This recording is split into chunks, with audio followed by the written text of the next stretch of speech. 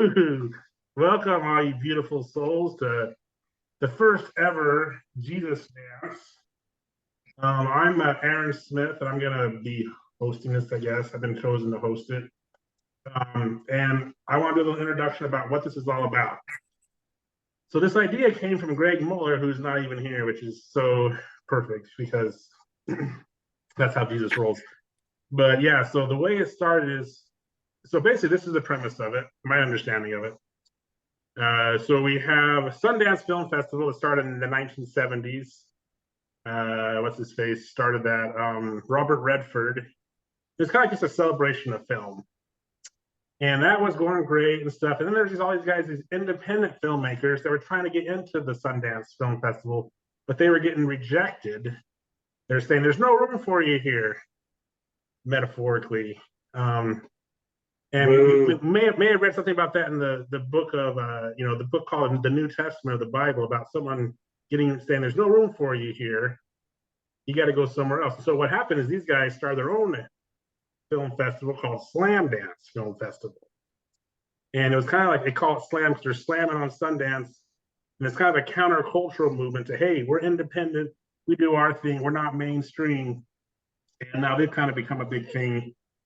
And this is like a countercultural movement, which is aligning with what's happening in the 2020s and 2030s, where people are looking for more Jesus in their lives. And we got a turtle coming up there. It's a very weird turtle. And so this is another response to that, and it's called the Jesus Dance. And so the premise here is we're going to show films that remind us of Jesus, and then we're going to talk about it. And fortunately, or I shouldn't say fortunately, but anyways, Jesus has started a film for us known as The Chosen. Now, the world says, oh, Dallas Jenkins invented that, and he's coordinated with people, but we believe that it's Jesus that did that, and we're so grateful because Jesus is allowing us to watch that. So that's going to be the theme of this year's Sundance Film Festival. And I think that's all I have to say about that. Anybody have anything they want to add to that? Or the theme of you said Sundance Film Festival instead of Jesus Dance. Jesus Dance. Thank you. Yeah, I get nervous. I get nervous on the spot. I was like, wow, that would be cool, man. Robert Redford. Yeah. Ladies and gentlemen, Robert Redford. I came to Jesus. Jesus Redford. Woo! But no, I think it'll be a good thing to. And here's the biggest thing: it's not just Mormons or Baptists or Catholics. I think we all need to unite under Christ and just have a good time and enjoy it and feel the Spirit through it. Yeah. You got a crisp. Kind of. So this is kind of a countercultural. Yeah. We'll be right back. Well, I think this is something I want to emphasize too. Is like we're not hating on anything, because you think counterculture, you're like, oh yeah, no, the mainstream, blah blah blah. Jesus is not about that, but he is a countercultural person. He's counter Babylon, but the way he fights is with love and acceptance and something I wanted to share is this could be kind of a countercultural movement towards like traditional church, or you better sit down and do it this certain way, which has been a tradition that's been helpful. But now this is kind of more of a free spirit kind of thing, and it's just really fascinating. We live in a time right now where things are shifting.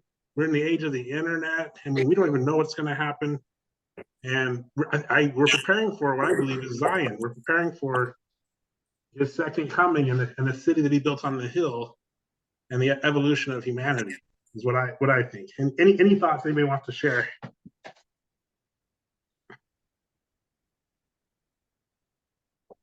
I think we're good.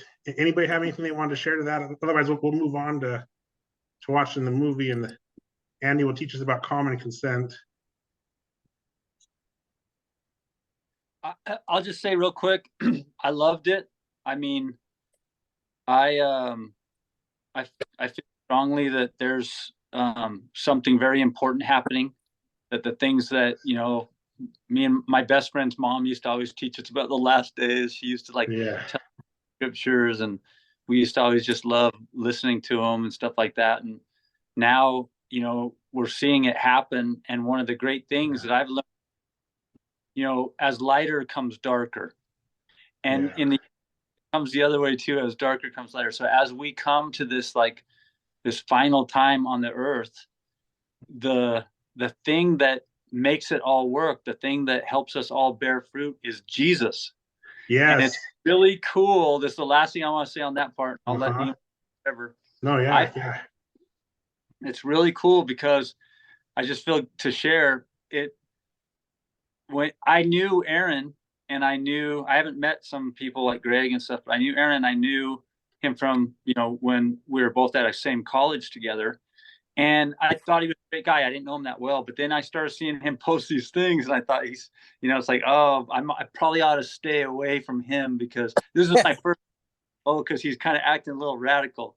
But then the Lord told me in a special experience that I needed to be humble. Like humble was the thing he wanted from me. That's it. That's what he wanted. So I was like, I'm going to be humble. I'm going to listen to kind of his thought. And I would just describe it in a nutshell as being able to approach Jesus just on your own terms, not through some intermediary, not ultra, like, so what if you kind of offend Jesus a little bit? He'll kind of, as soon as the dust settles, he'll nudge you and he'll love you back. Yeah. It's just a cool way to be with Jesus and let that happen. Let there be game and all these things. And I think that's one of the biggest things about this whole thing is that we're not pushing Jesus, okay? We're letting Christ inspire people to come to him. And I think that's the biggest That's thing. how it's supposed to be. Yeah. Go ahead, sorry. Yeah, I think that's like, again, with me growing up Southern Baptist, Jesus was shoved in your face. Whereas, it doesn't need to be that way. You can show his kindness, his teachings, and that'll show people more than being one of those Bible thumpers out there going after people. Yeah. Well, all right. Well, go ahead, Anson. I'm just excited. I got a Jesus boner. That was a really it's basically like no boner, but on more of these calls. Like, that's cool. First time for me. I love it. Okay, Andy, the time is yours. Please teach us about common consent and what the Lord's been teaching about that. I told Anson a little bit about it, but please share. Well, not to give any kind of a real long lecture on it, just the short version is common consent is the way, or it's one of the key ways of binding darkness. And the reason that is sometimes we see majority rules as this wonderful thing. And it is in the face of dictatorship. In the face of dictatorship, majority rules makes a lot of sense. But in a Zion community, the Lord's going to require common consent. He's going to require communities that all kind of know each other, that, you have to know each other to be a community. So that's basically the size. And they're going to decide things not by majority rules, but by common consent. And so I completely agree with you on that. And I think it's bringing the Christian community together rather than separating them, whether you're Baptist, Catholic, Mormon, whatever. I think it's bringing that common community together and getting that consent and meeting on the same ground on the love of Christ. Well, it's coming up, people. It's coming up, my brothers and sisters. When this world cracks in half and Jesus hits the fan, there's going to be so many of us walking around with our thumbs up our butt and our teeth in our mouth. We're going to be looking at each other like, huh? And Jesus is going to be saying, now can you get along? Now can you now can you guys figure out how to get along? And we're going to say, oh, I don't know. Could you help us, Lord? Because we don't have much food. We're eating dandelions or whatever. And we don't, and half of our family died or whatever. And he's looking at us like, yeah, I've been trying to help you. Thanks for asking. Now I'm going to help you. You know, and here's the thing, is that it's not that we've been. Can't hear you very good, Will. It's not that we've been asking, it's that we've been ignoring it because humans have so much pride in ourselves and our intelligence and our technology and everything like that, is that we've become honestly repugnant and prideful and sinful. And it's not the fact of us like praying at the last end, it's coming to the fact of the matter that we've needed him all this time, and instead of communicating with each other and being better Christians to each other, that we separate ourselves. And I think that's, you know, the work of the devil, to separate and to have us fight. Like when I was growing up as Baptist, strict Southern Baptist, like they didn't even dance. I'm talking like Footloose type stuff. Oh, I'm dead serious. Like Footloose. Wow. They have a thing on their wall. I'll send you the placard. No dancing, nothing like that. But like they would teach us to actually battle Mormons, to battle Mennonites, like scripturally. They would teach us that. That was part of our Sunday school lessons. Wow. Of how to battle back against those of other faiths. And that's one of the biggest things that really made me get out of it, is because they're preaching hate and separation instead of being joined together. Even if we don't all believe the same things, we still know Christ is the Redeemer. Amen. And so, does anybody else want to say something real quick before I jump to kind of finish up? Yeah, I'm sorry. Please go ahead. The only thing I say is don't say sorry, because that was really good stuff. I liked it. Will, that was beautiful. Like I'm hearing words of a prophet. I mean, like, hey, you're saying, let's get along. Jesus he's saying the same thing. It seems like such a simple message. All right. No, a prophet has to wear a tie, and he's got to say this really spiritual ass shit. No, he doesn't. He's saying, this man here, Will, is saying, why don't we get along? And Jesus is saying the same thing. Why don't you all get along? How about I help you pretty soon here? I'm going to crack the earth in half. A prophet, no matter what, is still a man. A prophet is one who speaks from his soul and is inspired by the Spirit.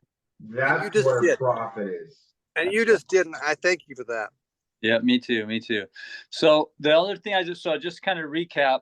So, dictatorship's horrible, and even hierarchy is horrible. And when you get to know me, I want to, tell you all a little bit more about that. But common consent is really the way we want to make things happen. And obviously a pure democracy doesn't work, and especially on a big level. But when it comes to communities, it's going to be common consent that binds the darkness. It's, I like to tell people, just as a matter of distinction, so you can kind of understand the meaning of these words, is the moment you have majority rules, even though that's much better than tyranny, the second majority rules is the decision making process. Secret combinations start, because that's all they have to have is a majority rules vote, and they can start promising things, and next thing you know, it goes downhill after that. Sometimes you have good times, sometimes you have good people that take care of themselves, but it doesn't take long before our insecurities and our problems and our misunderstanding of what this creation is and what it really means to come closer to him, which means a lot of doing things together. Because of those things, we get confused and it all goes to shit. Yeah. And common consent is everybody. Common consent is everybody agrees. That's right. But that's right. And it's kind of cool because when you think about it, the people who really like to have majority rules and stuff, one of the things that they'll say, oh, well, we'll never get anything done. We'll just argue the whole time. Yeah. But it's not true. It's not true. Once common consent becomes the rule, you stop posturing, you stop kind of seeing who's in the, who's there, and you start thinking, I got to get to know Will, because if my idea's got to get through it, I got to tell Will. Yeah. I got to tell. And it's awesome because, and one more thing, just really quick, it's one more thing is, and I hope we figure out a way to share the comments, because I love all these comments are so good. But one more thing is, common consent is, I mean, it's really important thing. So what we're going to do tonight is, because I feel like I'm like you guys, I don't want to argue. I mean, if someone's like, no, I want to watch this one, I'll be like, okay. And ultimately, that's what happens with Jesus, is we start like not caring so much about any one particular thing and start caring about what kind of really matters. And then we listen to each other and we check each other. And even some of the things that we come to understand, and you got to put words to things that you're experiencing, because that's how we kind of bring it to life. But even those things, they need to be tested. They need to be discussed. They need to be talked about. They need to be shared so that we can hone them. And so that somebody else can say, well, this and that, and we can kind of say, that's kind of true. And we can check ourselves. Anyway, that said, I would like to just agree with that. Go ahead. Anyone who wants to jump in before I finish? Yeah, no. I agree with that completely. Like, look, we are humans. We are all flawed. We are all gonna have opinions about different stuff, no matter what it is, no matter what type of car you like, or who you want to date, or things like that. But as long as we can come in through the common consent of Christ and our Heavenly Father, and let the Holy Spirit guide us, then we can make it. That's right. One thing that come to me a couple of times is common consent allows, let's say, because I'm kind of a passive guy, and I can be like, not say what I want, what I feel I should say, and then this resentment comes out. But what's cool about common consent, let's say you're the passive person, that's just your personality. You can literally, you know what, I'm getting so annoyed. No, we're not doing it. And you can shut everything down. And it's this big crisis, and everybody has to like attend to the crisis and figure out and help you heal and come to whatever you're dealing with. So it's going to cure like mental illness. It's going to cure all these things. You're going to get. So you got to have that connection. And so it's a way for like the infant, the one that gets overlooked, you know, the minority, if you will, has just as much power as the charismatic majority. And so everybody's getting taken care of by natural. You know, you just have to for it to function. Yes. Oh, yeah. Wow. I'm really glad you added that. That was so good.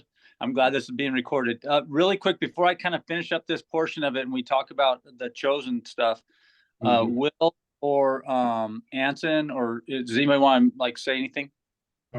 Actually, guys, I actually have to back out because my wife's been trying to call me. And happy wife, happy life. So she's pulling up your phone. Where are you? Where are you? Get home. Get home. Where are you? Get home. Where are you? I am home. Aaron's at my house. Yeah. So, well, the last thing I wanted to say, maybe you could just listen for this last part. The last thing I want is we're going to on the live part of this, when we actually meet for the portion in Orem, Utah, for the actual kind of Jesus Fest, like, you know, at the on location portion of it, we're going to have 2 nights where we have a you know, where we're calling it what are we calling it? A Jesus dance anyway, whatever. We're gonna share each other's like share talents, and we're gonna share. And I just want to read what it says. It says Jesus Dance will be in person starting Thursday night through Sunday morning. Plan on sharing your art in the form of poetry, music, dance, soliloquy, which I also put in parentheses, like a TED talk. A soliloquy is, as some of you might know, is just like when you kind of try to explain something as clearly and as concisely as you can, where no one interrupts and you just kind of say it. Dude, So something like I've done a TED talk before. Wait, what? Yeah, I've done a TED talk.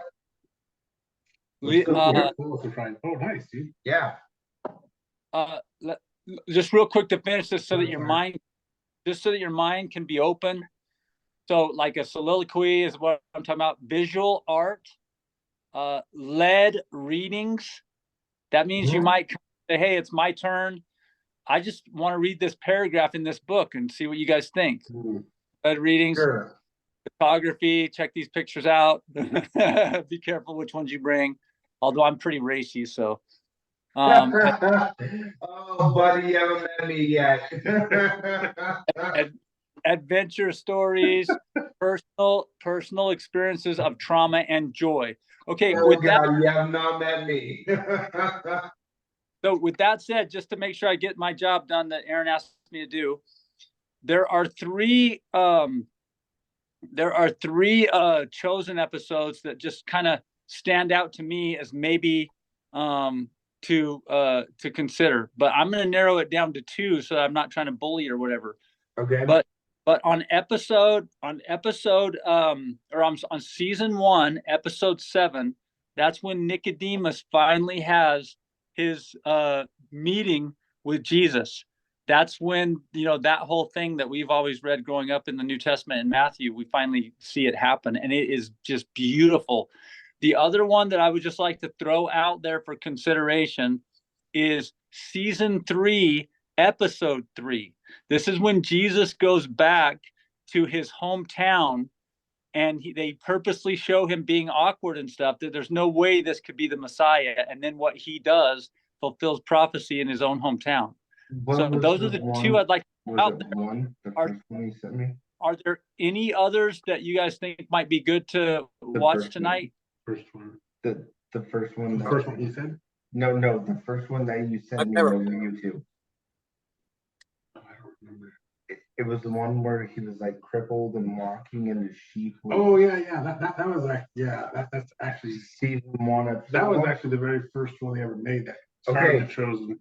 I would like to talk about season 1, episode 1. It's not episode 1 actually. It's the one where have you guys seen the one where basically, from my understanding, it's what actually got them commissioned. But they made a video about a guy who like was a cripple, and then he was a shepherd, and he goes and he sees the Messiah, and he's healed, and it's. Are you guys familiar with that one? Yeah, that's the one. That's like a pre. It's before the Chosen even started. It's like a star. It's not an actual season episode. It's a thing about the star. Yeah. I would actually like to talk about that. So you vote for that one? No, I would personally like to talk about that and give my own talk about that. Oh, okay. Because that one actually means a lot to me. Yeah.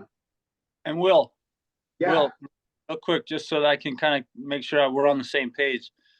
So do you think that for sure, I hear you saying at some point, and I'm glad you brought it up, because I think this whole time, every night that we do this, we should remember the ones that everyone's bringing up. Someone should be writing these down.